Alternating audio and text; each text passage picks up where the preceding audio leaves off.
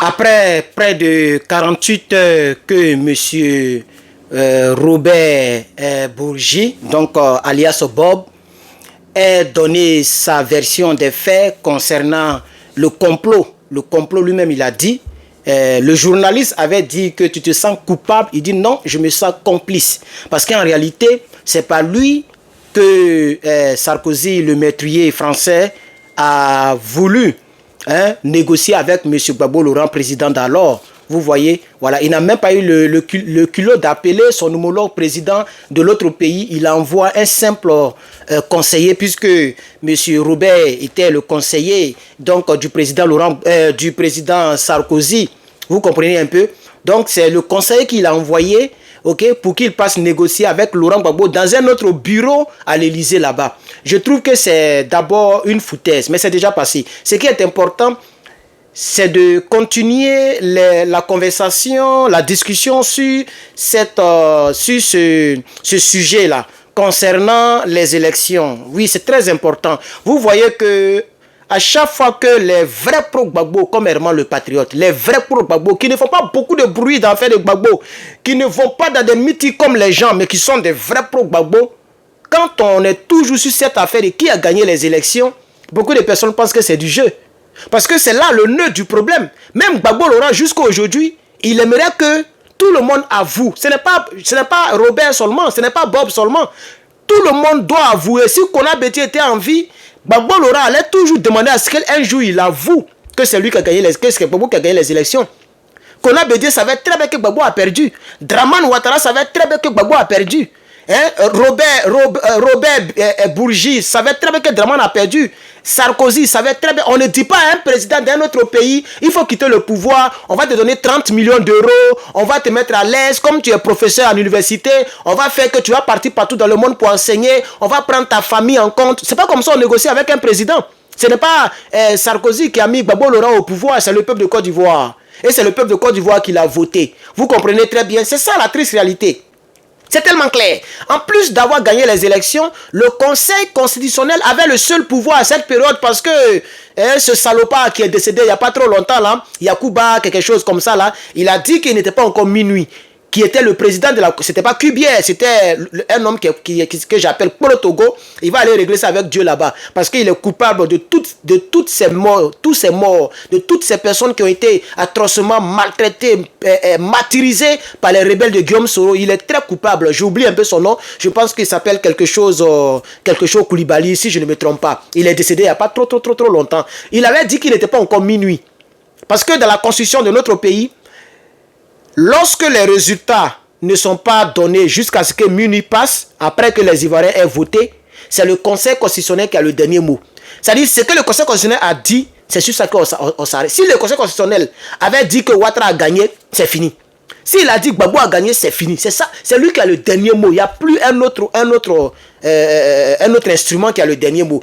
L'annulation des régions subventionnées, Gbagbo Laurent, 2 54 537, soit 51,45%. M. Ouattara Alassane, 1 938 672, soit 48,55%. Article 1er. Les requêtes du candidat Laurent Gbagbo sont recevables, mais partiellement fondées. Article 2. Les résultats du scrutin dans les départements de Bouaké, Korogo, Ferke-Sédougou, Katiola, Boundiali, Dabakala et Séguéla sont annulés. Article 3, M. Gbagbo Laurent est proclamé élu président de la République de Côte d'Ivoire. C'est pourquoi vous avez vu Robert, il a dit, même si vous pensez que Gbagbo n'a pas gagné par rapport au calcul du rebelle Guillaume Soro qui dit que Gbagbo Laurent, Draman Ouattara plus Kona Béti, lorsque les deux se mettent ensemble, Gbagbo ne pourrait jamais gagner. Donc c'est pourquoi Robert, il a précisé pour dire, quand le journaliste l'a coupé pour dire qu'il y avait des discussions, il a dit, même s'il y a des discussions, mais le Conseil constitutionnel a dit que Gbagbo a gagné. Par conséquent, il a même dit à Sarkozy que s'il te plaît, Gbagbo a gagné, on a qu'à le laisser. Il dit, je vais le vitrifier. Vous voyez? Et donc, c'est clair. Vous voyez pourquoi, combien de fois je dis que Soro Guillaume était démon? Je vais vous ramener un peu en arrière. Le 12 avril 2011, Soro Guillaume était à l'hôtel du Golfe, il a tenu une conférence de presse où il a détaillé comment ils ont fait pour prendre Gbagbo Laurent. Vous avez vu qu'il a insisté que ce n'est pas la France qui a fait le travail. Gbagbo ait perdu autant de temps à la Côte d'Ivoire, 4 mois après la brillante élection que les Ivoiriens ont organisée en novembre 2010. En plus, c'est dommage qu'il y ait eu autant de morts, de tueries, de gâchis. J'ai un vrai sentiment de gâchis aujourd'hui, alors que justement les forces républicaines de Côte d'Ivoire viennent de mettre aux arrêts M. Gbagbo et son épouse. Alors ce sont vos troupes, vos forces qui ont arrêté Laurent Gbagbo, vous me le confirmez? Je vous confirme que ce sont bel et bien les forces républicaines de Côte d'Ivoire qui non seulement ont pu pénétrer dans la résidence de M. Gbagbo, mais sont allés le chercher dans son bunker. Et les forces françaises n'ont pas pénétré dans la résidence? Les forces françaises n'ont pas pénétré dans la résidence de M. Laurent Gbagbo. Il y a même une vidéo que on m'a envoyée hier où Sablé disait que c'est pas la France qui a fait le travail. Parce que les gens savaient que si la France a fait le travail, ce n'est pas normal. Non seulement ce n'est pas une capitale ou une ville française, la Côte d'Ivoire est un pays. Et c'est une élection présidentielle qui ne concerne en rien l'armée française.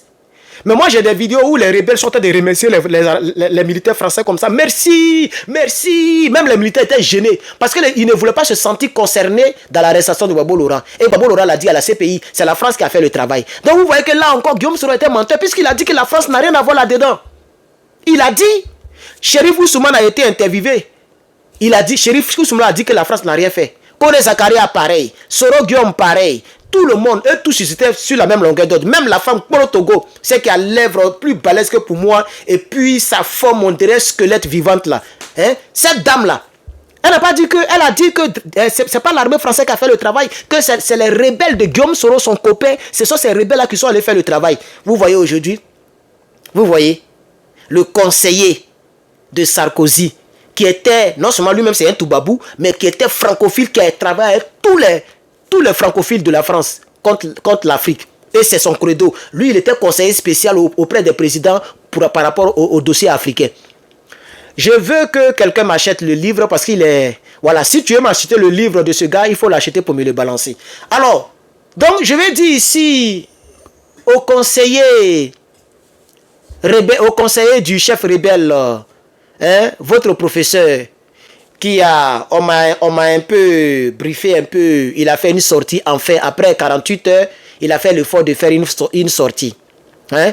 Là où j'enregistre la vidéo, nous sommes toujours le 27, mais vous verrez la vidéo le 28.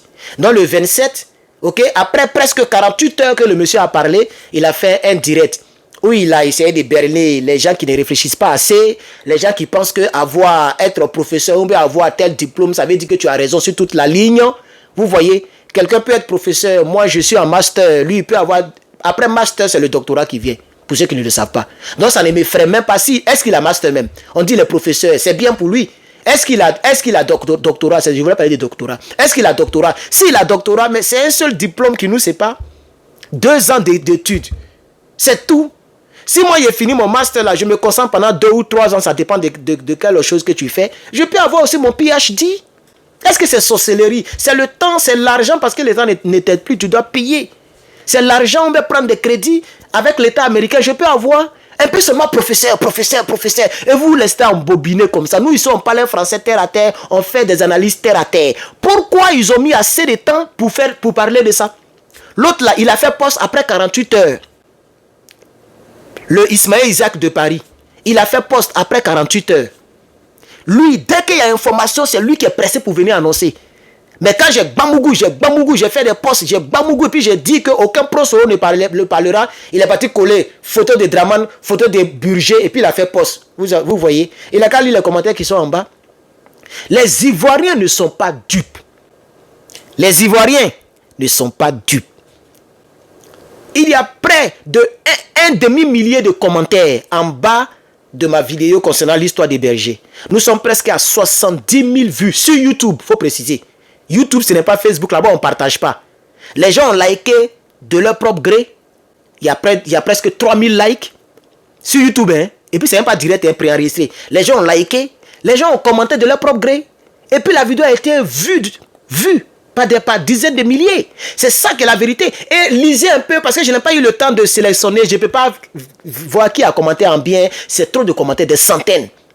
Plus de 500 commentaires si vous voulez. Donc, allez-y lire, vous allez voir, les Ivoiriens ne sont pas dupes. Ceux qui me suivent savent que je suis dans la vérité. Une fois de plus encore, avec Sonko, avec Clotaire, avec Bazoum, avec Faye Yao, avec Soulier, Patrice Soulier, tous ceux-là, les gens étaient contre moi. Même Ibrahim Traoré, les Toubaboulios là, Ismaël Isaac de Paris, plus le Toubaboulial. Eux, ils étaient avec comment il s'appelle là, Damiba. Rappelez-vous, hein, ils étaient avec Damiba en 2022. Ils étaient avec Damiba, j'étais pas encore sur Facebook. J'avais maintenant ouvert ma chaîne YouTube, je faisais un peu sur YouTube seulement. Donc, c'est moi seul, j'étais pour Ibrahim Traoré. Parce que quand j'ai écouté, je vous ai dit que j'ai un sens développé, un sens spirituel développé. Quand je l'ai écouté une fois, deux fois, il dit, lui là, c'est un bon président. C'est pourquoi dès que je suis venu dans le combat, c'est vrai que je suis venu dans le combat en force pour aider le Niger, parce que le Niger était vraiment dans le feu. Il y avait des ultimatums, il fallait vraiment mobiliser le peuple nigérien. Et là encore, j'ai fait mes preuves. Avec chanson à l'appui, même mes propositions ont été relayées sur TikTok partout, hein, où je parlais de caca peuplal. N'oubliez surtout pas cette période-là. C'est là qu'on faisait les 10 000 abonnés, 20 000 abonnés, 30 000 abonnés par mois. Et c'est comme ça qu'on a atteint nos 100 000 et quelques. Aujourd'hui, on est presque à 160 000 sur Facebook. C'est vrai que les trucs ont baissé. Donc, chers camarades, je me connais. Une fois de plus, j'ai encore raison. Avant de vous laisser, je vais prouver à ce professeur-là, de rebelle-là, que ce n'est pas Bourgi seulement qui le dit. Voici une ancienne vidéo où une Toubabou était en train de décortiquer ce qui s'est passé en Côte d'Ivoire. Tout ce qu'il vous a dit là, c'est du mensonge. Il veut vous convaincre que son poulet, Guillaume Soro, a raison de dire que Draman a gagné. C'est pour ça qu'il a... Vous savez ce qu'il a dit? Ce professeur maudit là, il dit que ce que Berger a dit, il a employé quel mot même? Le pseudo-révélation. C'est-à-dire, ce sont des fausses révélations. Ce sont des révélations, les soi-disant révélations. Vous voyez? Parce qu'il veut partir dans le sens à peu près du RDR. Et c'est ce qu'on m'a dit. Il est allé à peu près dans le sens du RDR. Parce que le RDR soutient le fait que... pourquoi c'est maintenant lui vient parler? Il y a le RDR, il y a le GPS, il y a quelques... En tout cas, tous les ennemis de Gbagbo Laurent et tous les ennemis de la vérité là, c'est comme ça, ils sont en train de réfléchir actuellement. Pourquoi est-ce que c'est maintenant, il parle depuis, là, il n'a pas parlé? Il y a même des imbéciles, des idiots, excusez-moi de le dire, mais si tu te sens concerné, il faut revoir ta réflexion. Il y a d'autres qui disent, mais pourquoi il n'est pas allé témoigner à la CPI? Mais quelqu'un qui dit qu'il regrette, il dit qu'il regrettait lui et sa famille d'avoir trahi Gbagbo. Il va aller se mélanger dans les témoins de Draman Ouattara. Ça n'a pas de sens. Puisqu'il regrette déjà, ça veut dire que s'il doit prendre un camp, il va prendre le camp de Gbagbo Laurent. Parce que hier, il a pris le camp de Draman Ouattara parce qu'il était conseiller de Sarkozy. Mais il regrette, il a été complice de ce qui est arrivé à Gbagbo. Donc il ne peut pas aller témoigner. Si Gbagbo Laurent avait la possibilité d'envoyer ses témoins, il allait partir là-bas pour dire que ce que Sarkozy a fait, c'est pas bon. Il allait partir dire le mot vitrifié là-bas. Donc je vois des gens qui disent pourquoi il n'est pas allé témoigner. Mais est-ce que Gbagbo a envoyé ses témoins? Tu as vu un seul blanc aller témoigner là-bas? Vous pensez qu'il n'y a pas beaucoup de Français qui savent ce qui s'est passé? Il y a plein de Français qui savent ce qui s'est passé. On va écouter cette dame, la chère camarade peuple d'Afrique. On va écouter cette dame, la chère camarade peuple d'Afrique. Écoutons cette dame, chère camarade peuple d'Afrique. C'est parti. Et je suis donc en compagnie de Fanny Pigeot. Bonsoir. Bonsoir. Vous êtes donc journaliste et auteur de France-Côte d'Ivoire, une histoire tronquée. Vous avez enquêté pendant 3 ans justement sur cette crise post-électorale. Fatou Bensouda, la procureure, a dit que Laurent Gbagbo était un homme qui s'était accroché au pouvoir. Est-ce que c'est aussi votre analyse? Bien, quand on remonte en arrière, quand on retrace les faits, on se rend compte que non, pas exactement. Il faut pas oublier que Laurent Gbagbo est arrivé donc au pouvoir en 2000, que dès janvier 2001, il y a eu une tentative de coup d'État contre lui, et qu'ensuite il y a eu une autre tentative, puis la dernière c'était en 2002, et puis à partir de ce moment-là, le pays a été coupé en deux. Le Nord étant tenu par la rébellion des forces nouvelles. En 2010, on nous a présenté Gbagbo effectivement sous un jour assez lamentable. Mais quand on retrace les faits, on voit que les choses ne sont pas passées telles qu'on nous les a racontées à l'époque et que Gbagbo a fait énormément de compromis et qu'en 2010, l'élection ne s'est pas passée aussi bien qu'on nous l'a dit. En 2010, il y a Mais précisément, quel compromis vous avez découvert lors de on votre se rend compte enquête? que, par exemple, la composition de la commission électorale indépendante ne correspondait pas, n'était pas équilibrée. Elle était, cette commission électorale était largement dominée par la mouvance de Ouattara, par des donc là il y avait déjà un problème. Ça c'est Gbagbo qui l'a accepté. Il a aussi la présence de l'ONU qui a joué un rôle pendant la crise. L'ONU-ci a pris parti pour Alassane Ouattara, ainsi que la France. Si on retrace l'ensemble de l'histoire de la Côte d'Ivoire à partir de 2000 et de l'arrivée au pouvoir de Gbagbo, on se rend compte que non, les choses ne sont pas passées telles que Bensouda va nous l'expliquer. Mais sur les faits, sur la violence, sur le commandement par exemple du bombardement du marché d'Abobo, sur les viols de femmes... Toujours est-il que l'affaire d'Abobo dont vous parlez, il y a eu beaucoup de problèmes à Abobo dès l'entre-deux tours de l'élection de 2010. Ça, on l'a pas dit. Mais à l'époque, il y a un certain nombre de civils armés, effectivement pro-Ouattara, qui ont commencé à attaquer les forces de sécurité pour récupérer des armes. Ça, on ne l'a pas dit. On n'a pas dit non plus que les forces nouvelles s'étaient réarmées de manière massive avant l'élection présidentielle et en prévision de l'élection présidentielle, et on fait la guerre aussi avant même... Vous dites donc que c'était quelque chose qui était préparé, il fallait s'attendre à cette explosion de violence? Il fallait s'attendre à cette Oui, absolument. Absolument. D'autant plus que le nord de la Côte d'Ivoire était toujours sous contrôle de ces forces nouvelles qui n'avaient pas des armées.